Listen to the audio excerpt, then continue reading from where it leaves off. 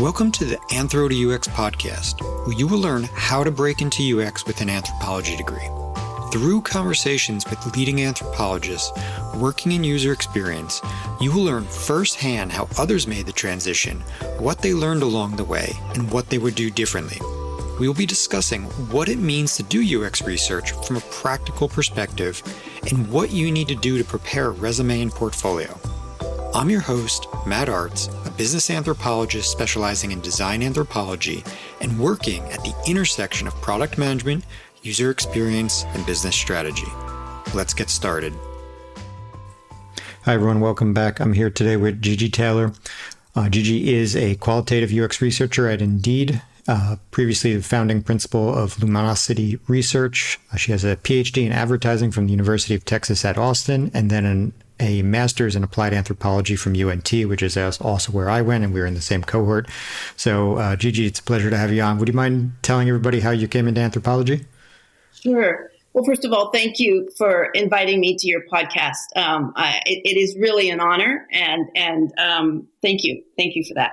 So how I came to anthropology, that's a great question, and I've asked a lot of colleagues about that, and the first thing everyone always seems to say, or the majority of things that people tend to say is, I just fell into it. I didn't realize it. It wasn't a direct path. It was an indirect path. And that's my story as well. So I have always been interested in trying to understand consumers and consumption.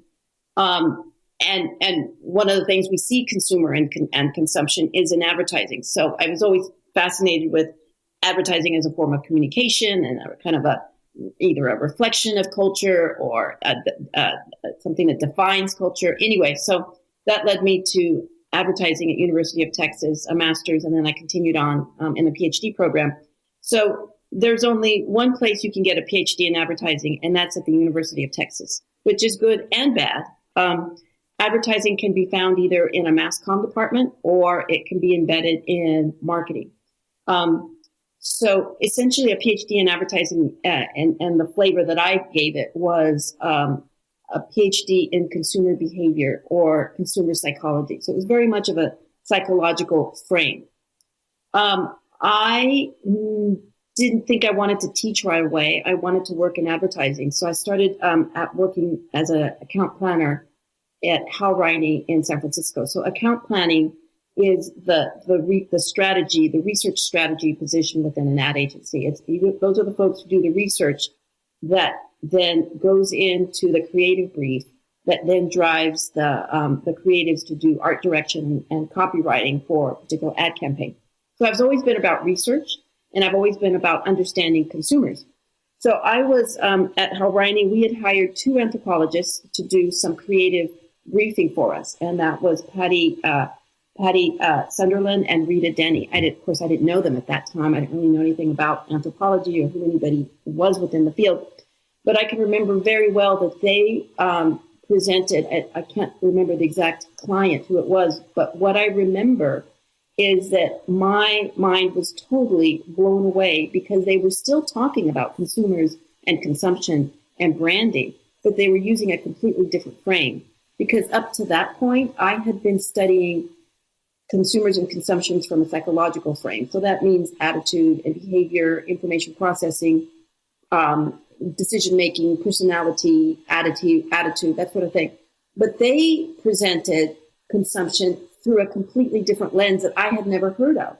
So they were talking about culture and cultural meanings and boundaries and liminal spaces and giving it more of a holistic and global perspective. And I was like, whatever they have, I want.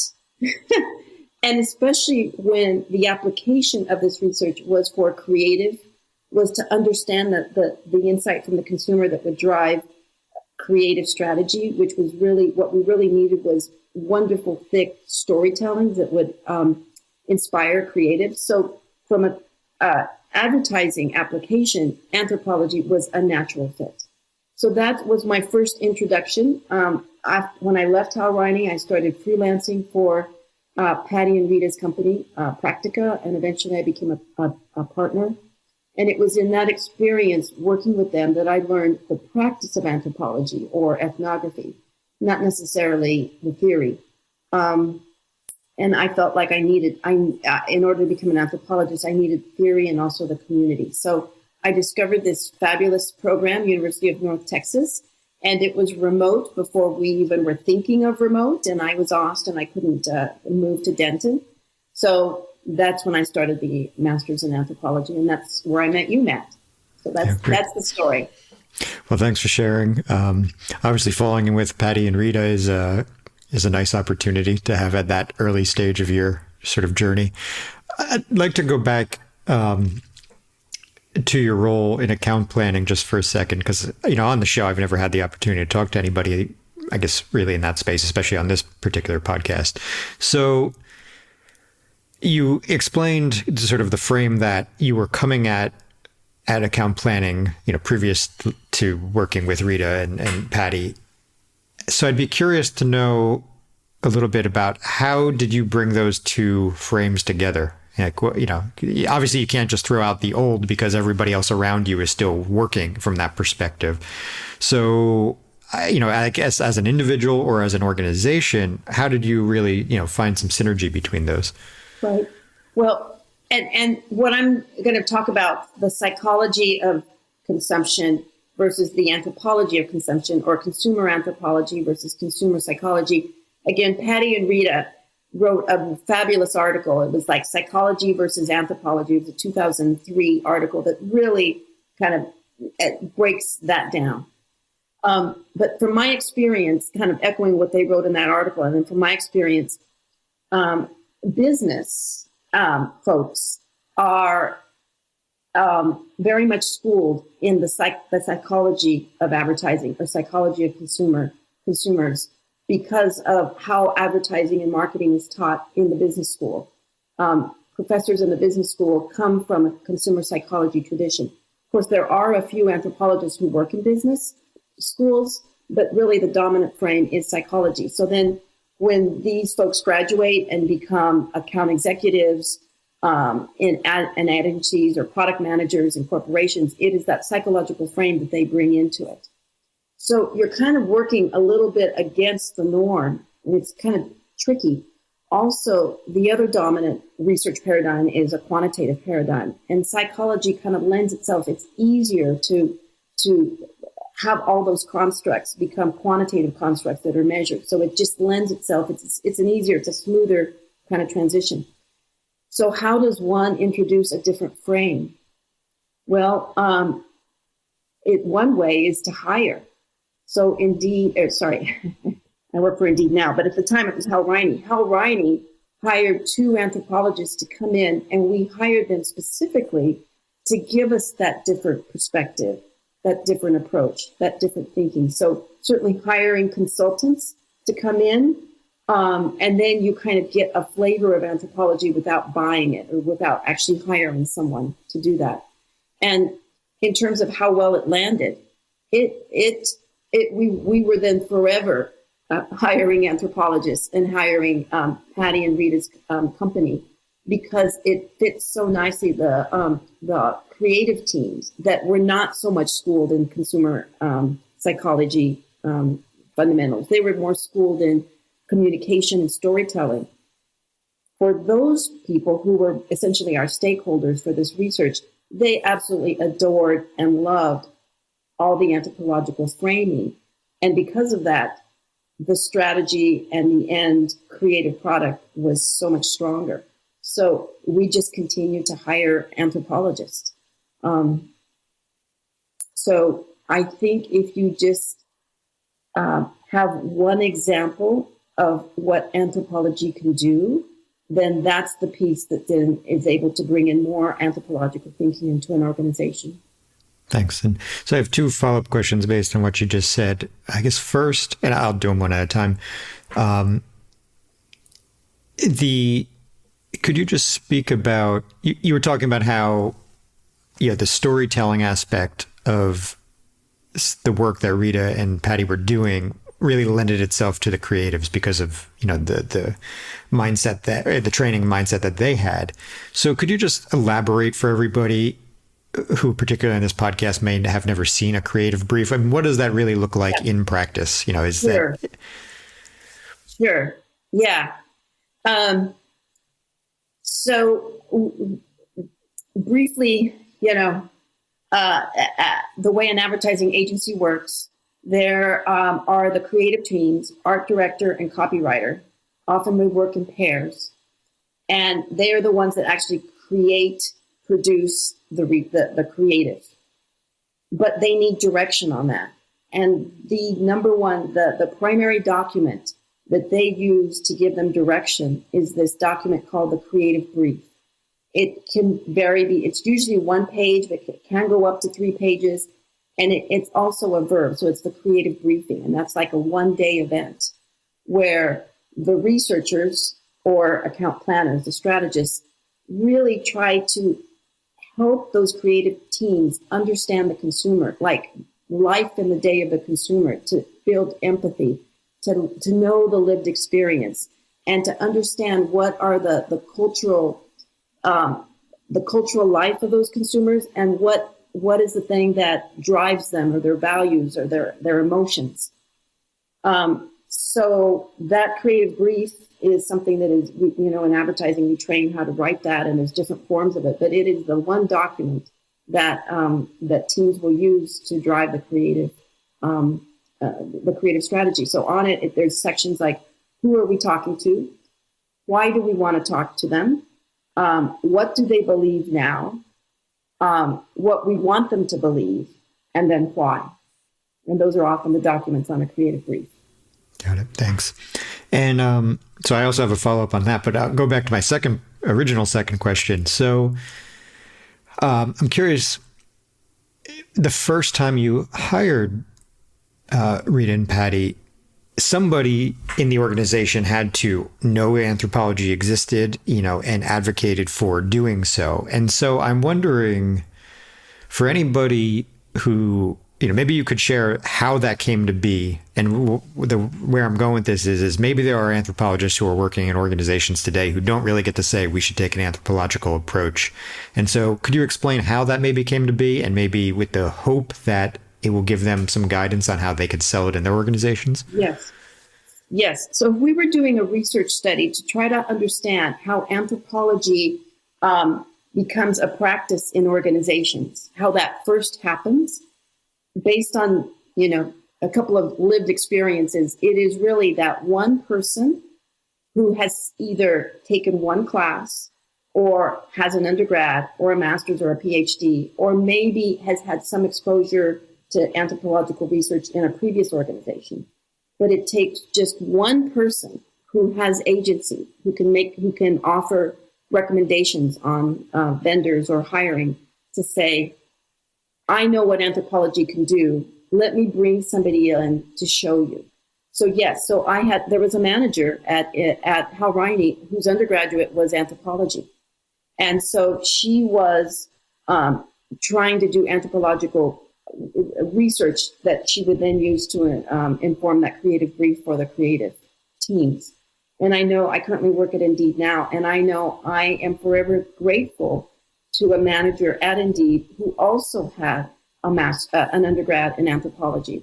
And when my resume came across and it said business anthropology, consumer anthropology, that anthropological lens started going up and down. And she knew, we had the same language, and she knew what the potential was for anthropology. So absolutely, it just takes one person.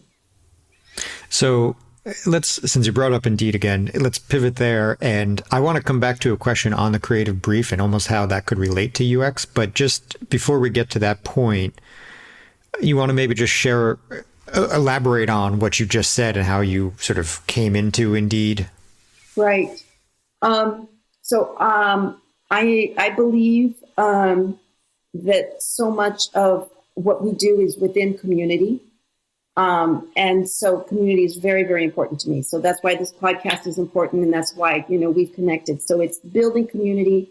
And in my mind, I want to be that anthropologist that pulls others in, because that's how we do it. We pull them in and then keep on pulling them in, and then they pull people in, because it's a network and it's a community.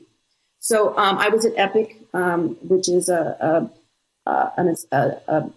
community of practice around ethnography. And there were job postings in the back room, kind of old school, on bulletin boards. And there was an ad that said hiring for qualitative UX researcher in Austin. And so I applied, and the hiring manager was an anthropologist, and she was very curious about my background and my work. She was not familiar with business anthropology. So it was through her that I was able to, kind of go through the interview process. And so the relationship between cultural anthropology, ethnography, and UX, I presented myself as truly who I am. I'm a cultural anthropologist that does a collection of qualitative methods, including UX. So I am not primarily a UX researcher. I'm an anthropologist who does UX research. After about 6 months of being Indeed, they created a research strategy division, which very much paralleled the type of strategy I was doing in an ad agency. So that's where I'm working now. I'm working in strategy, and my mission in life is to understand the hiring practices of American employers. So I talk to hiring managers, I talk to recruiters, and then take that information back to our designers and product managers.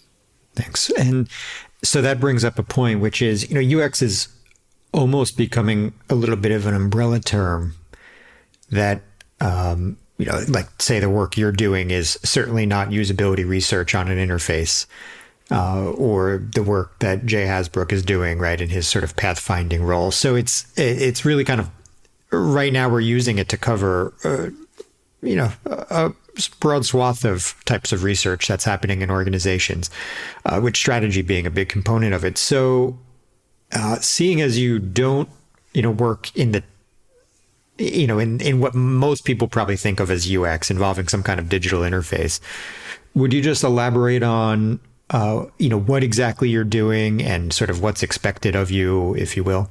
Right. So exactly right. It's so wonderful to not only see industry embracing research, but embracing qualitative research. And that qualitative is framed in a UX definition. So we just had a summit this week, and someone was doing a study, and they were able to list the top UX researcher employers in the US. And at the top was Google, Facebook. Indeed was like maybe ninth, and we have about 100 UX researchers. So our practice is UX research. But as UX research has matured within Indeed, there have been different divisions or different styles of UX research, and almost maybe separate divisions of research itself. So my title is UX researcher. I'm within the UX research umbrella. But we have a strategy team was developed about 1.5 years ago.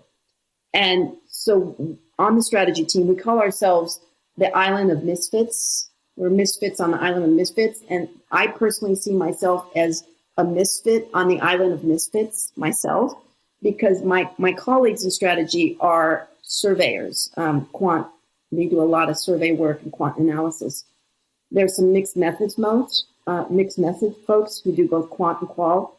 But then when they talk about the scope of the research that we do Indeed at Indeed, and even within strategy, that we speak of the UX researchers, and then the small handful of survey researchers, and then the small handful of mixed methods. And then we have Gigi. Gigi is our cultural anthropologist. She owns ethnography, anything related to that. So my skill set is very, very different than others at Indeed. And credit to Indeed, there's a space for diversity of methods and diversity in how we look at things.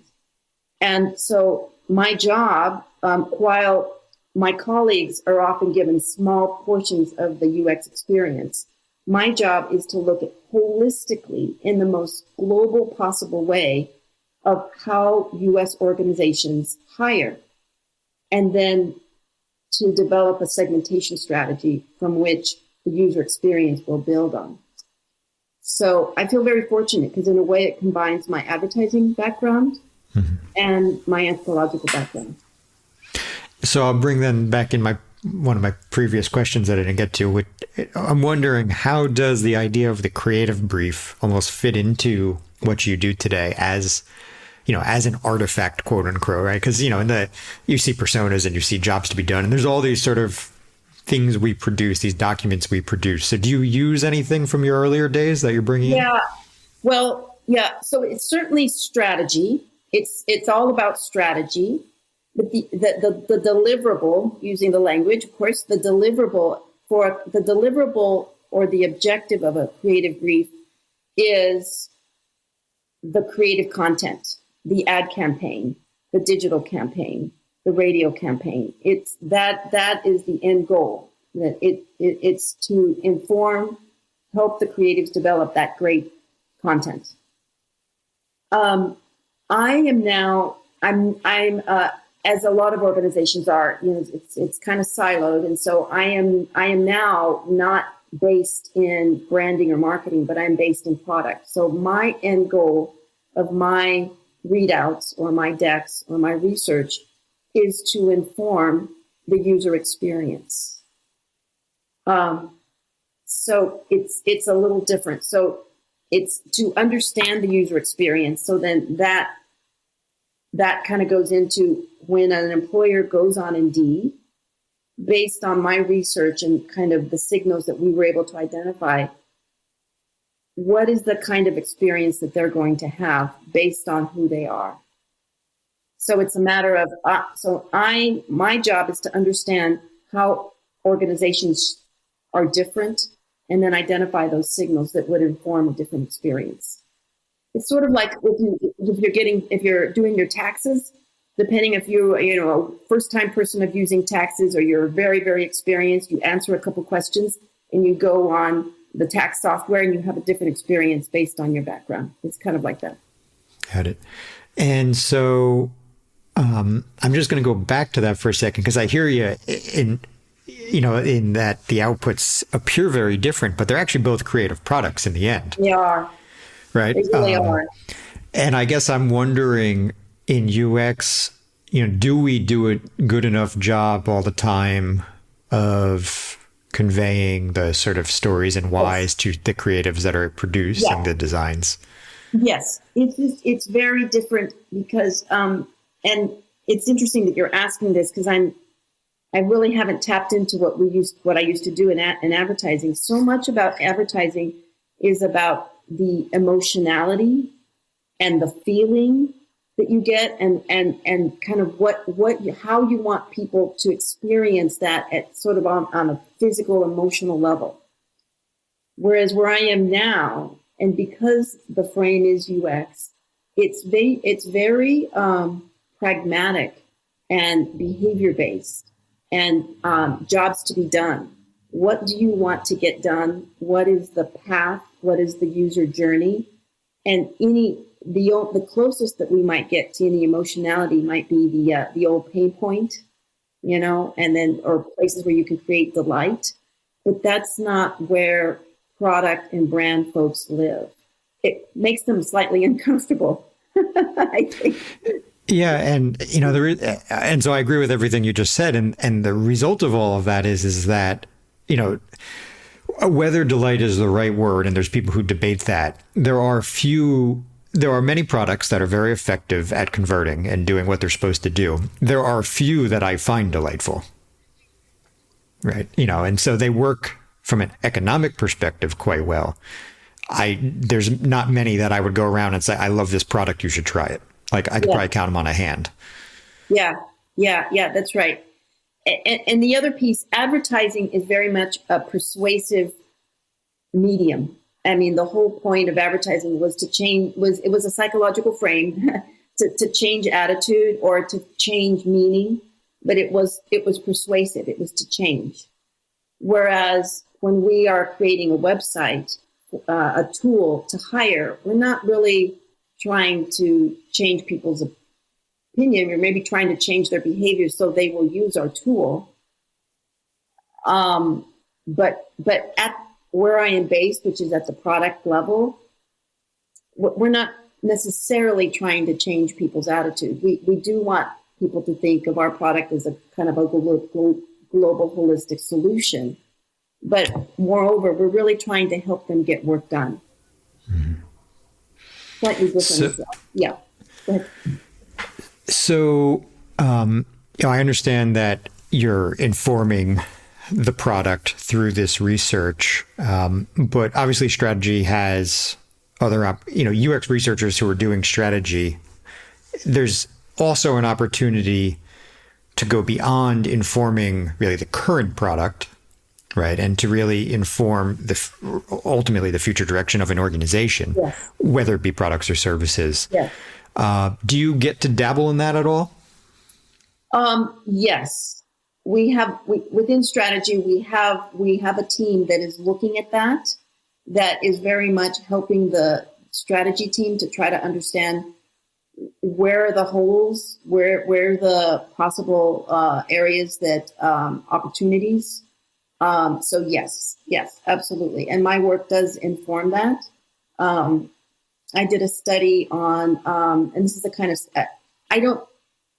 I kind of circle around that. I help those folks. Like I did a study on, it's a very anthropological question. And I feel very fortunate that I was able to do this kind of work. As a lot of tech firms, we want to create change in the environment and in the process. So I thought, well, maybe we should understand what change looks like in hiring.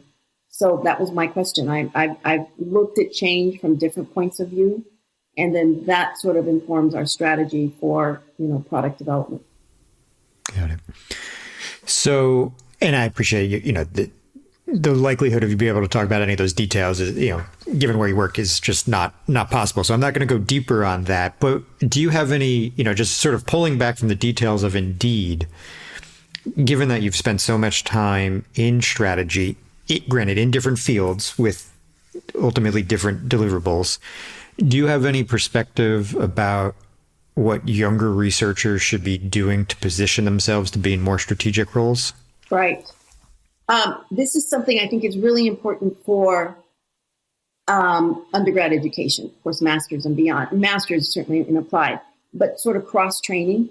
So I think that students who are in business school that really love research should understand that if their professor or the book is offering you a psychological perspective, that you open up, and there's plenty of ways, to understand the literature of business anthropology, consumer anthropology, design anthropology, organizational anthropology. So expose yourself to that and understanding there's different frames for qualitative research. There's different approaches even to doing ethnography.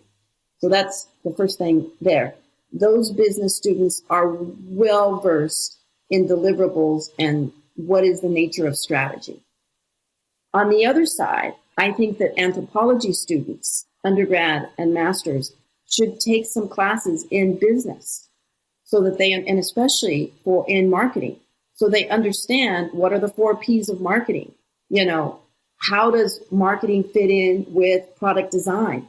So they have a business sense so that when you're doing, that's actually one of the most difficult things that I see when folks are coming into the applied world. It's like research is great, but in business, in the applied world, it has to have a so what, and it has implications and it has to have strategy.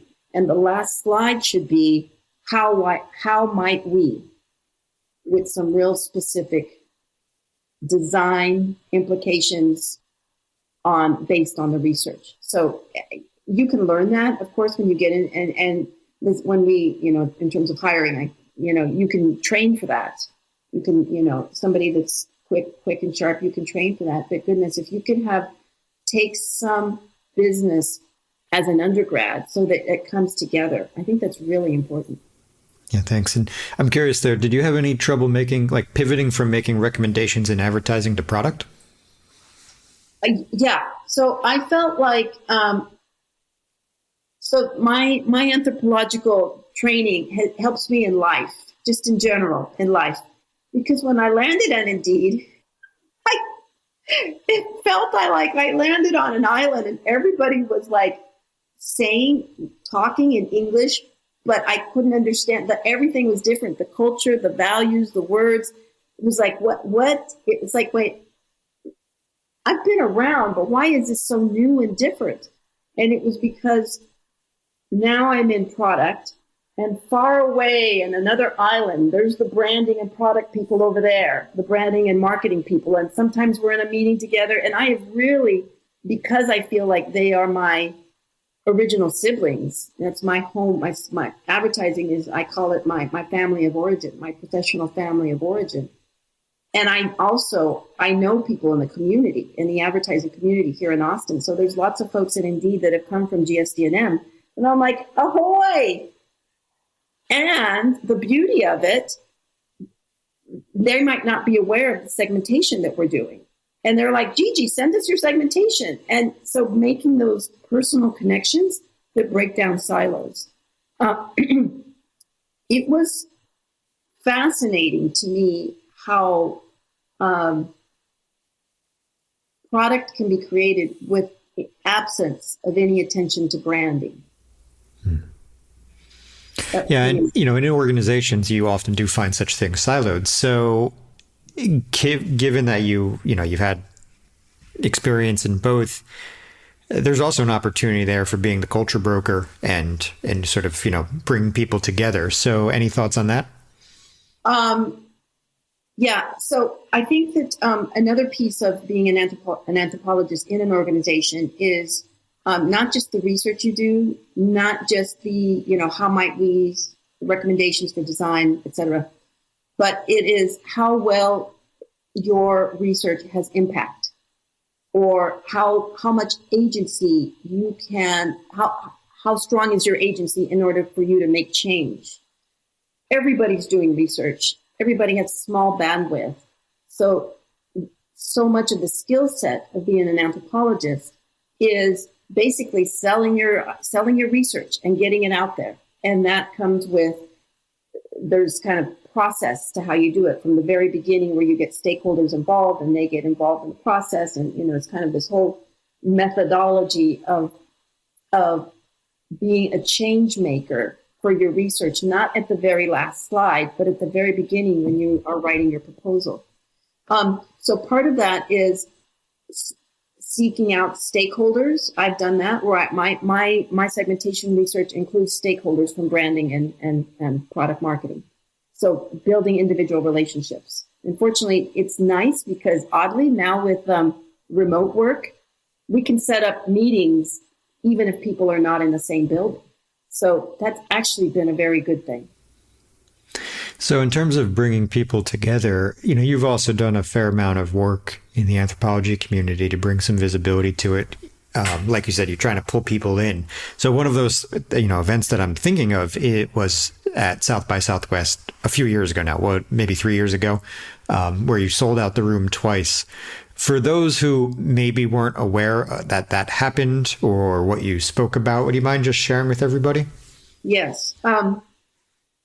This story underscores the importance of having a LinkedIn account with all of your important keywords in there. So an ad agency in New York, a couple of folks came together and they're like, we need a topic for Anthro, and we need a topic for South by, and maybe anthropology might be a good thing, might be a good approach. That was a case where they didn't have any anthropological background, and they were in Austin, and they probably didn't want to pay for anybody to fly in. So they just probably did a search, Austin, anthropology, advertising, consumer behavior, UX, and my profile came up. And so they invited me to be on the panel. And I thought I was going to be joined by, a collection of anthropologists, because it was an anthropologically themed session. But I was the only anthropologist. Oh, my goodness.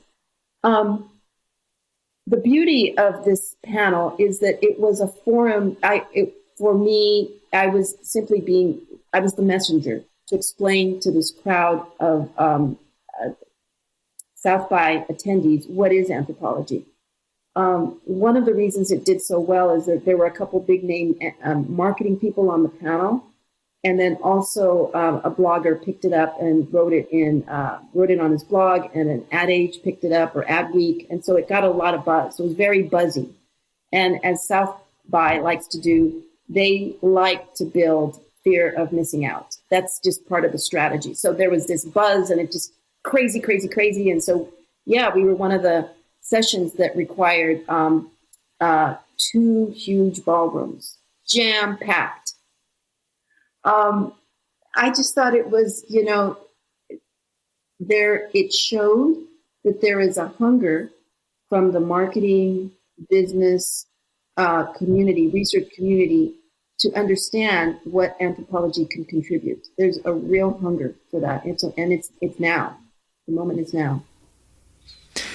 So you say it's now. However, when we talk to some of the anthropologists who came before us, we also hear that the glory days are gone, the sort of big ethnographic projects for extended periods of time. And so how do you, I certainly think it is now in UX for sure, how do you sort of see this?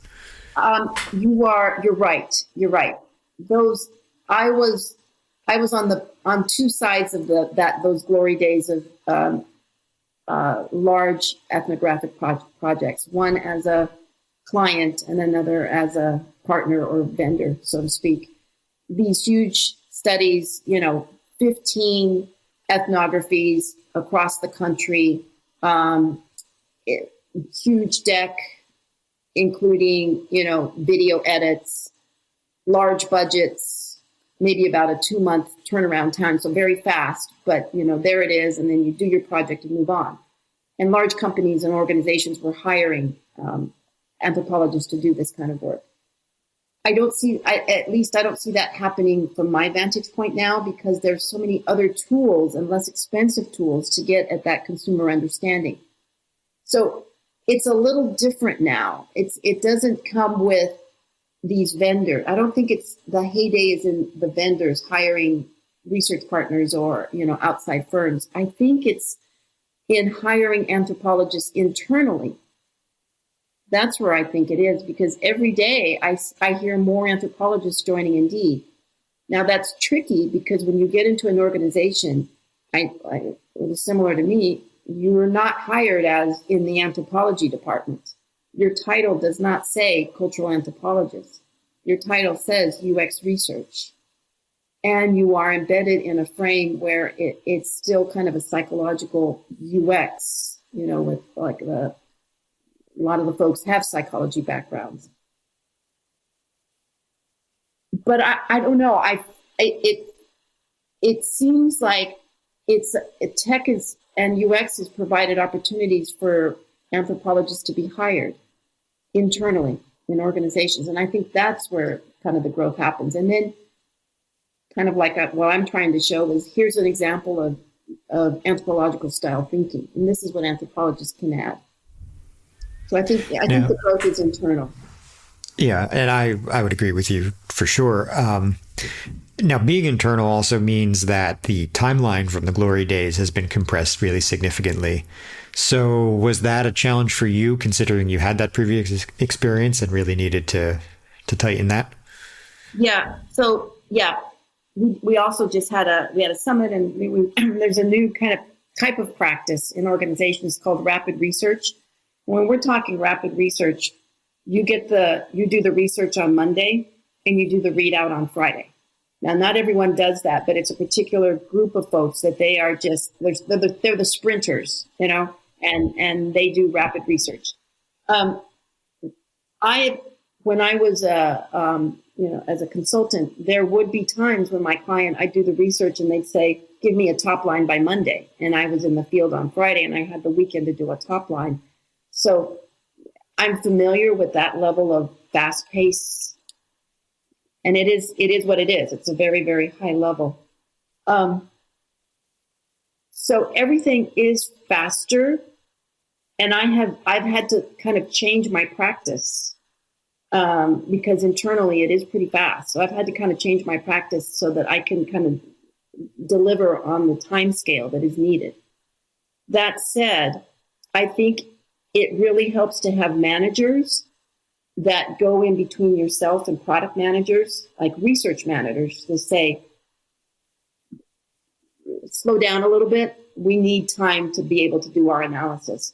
So I think as a UX practice develops in an organization, there is management, and that management serves as the go-between and kind of to put the brakes on a little bit on sometimes the intensity that product is coming at you, because they're coming at you with an agile, fast, fail fast kind of approach. And research kind of takes a little bit of time to simmer and to think about it. So management helped with that. And so any thoughts on, I guess, how now being in the UX world, albeit more on the strategy side, any last takeaways for anybody who's listening and wants to get into the work?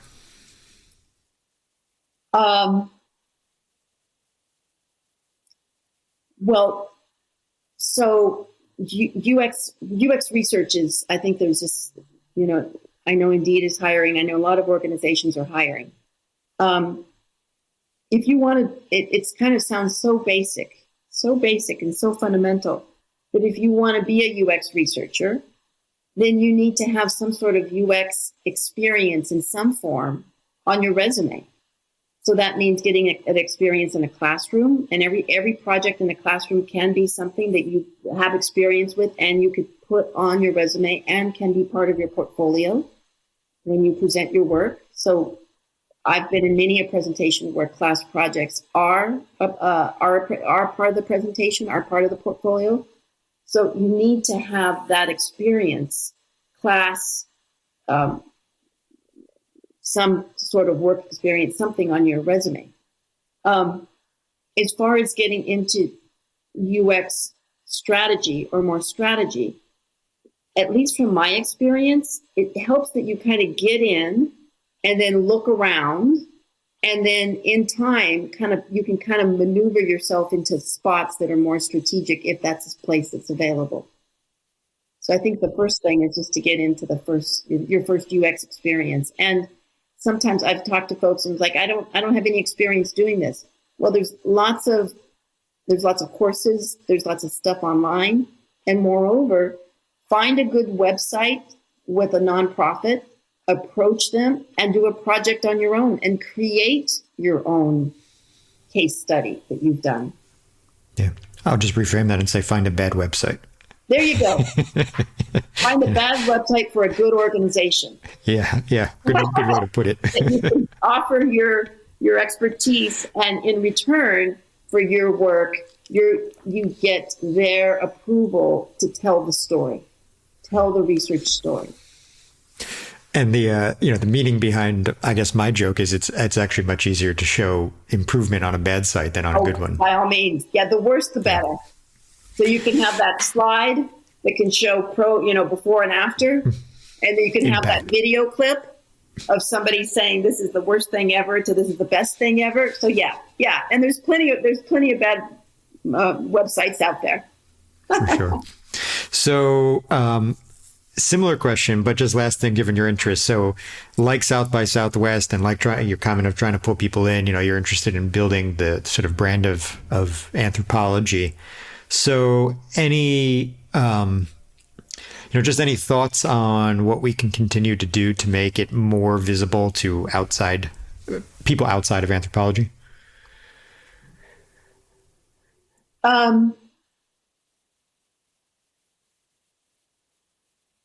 As much as you possibly can when you are working in an organization to make anthropology visible through your framing and how you're under. So UX can be in the frame of heavily based on context, and to kind of show, it's not just are they able to post a job, but the context surrounding that, the bigger context, and kind of give examples of that through your experience. I think that as practitioners, we are uniquely positioned to understand how UX and anthropology is practiced. And we're in places where academics can't go in. So it's almost we have a service duty to write about it, to contribute to a literature of practice. And there's, lots of venues for this: Society for Applied Anthropology, EPIC, maybe associations in your particular area where you've studied. But to take a small little case study that you feel would be comfortable sharing. There's a lot of things we can't share, but we often can share not so much the end result of the research, but the process, creating case studies and sharing your experiences out. There's a term that I kind of like is being a scholarly practitioner, in that I haven't given enough theory. It's just not visible. But I am thinking about theory, and I am applying theory, and creating studies and research and literature to help others that are trying to come into the work. So there's more of an understanding of how anthropology is actually practiced inside organizations. So I think, very nice. Right. So with that in mind, if anybody was, interested to learn more about everything you're up to, where can they find you? Yes. So I am on LinkedIn, which is a great way to build community. So I'm on LinkedIn. You can just Gigi Taylor. You could type in Gigi Taylor and my name would come up. But now there's Gigi Hadid and Taylor Swift. And apparently they're really good friends. So like the first 10 pages are Gigi and Hadid content, Gigi and Taylor Swift. But then I have my website, gigitaylor.com. And that's where I keep my talks and my presentations, and you can use those. And I think I used to teach advertising at Texas State. So the content there is, I think, really good as an introduction for undergrads or masters, if people want to understand a little bit like what is business anthropology and how it can be applied. Wonderful. Well, thanks for that. It was really nice to talk to you. And as always, hope we get to see each other soon. I hope so. I'm sure we will. Thank you all for listening to the Anthro to UX podcast. To learn everything you need to break into UX, visit anthro2ux.com. There you will find all the podcast episodes and career coaching resources. Please like, share, and subscribe. See you next time.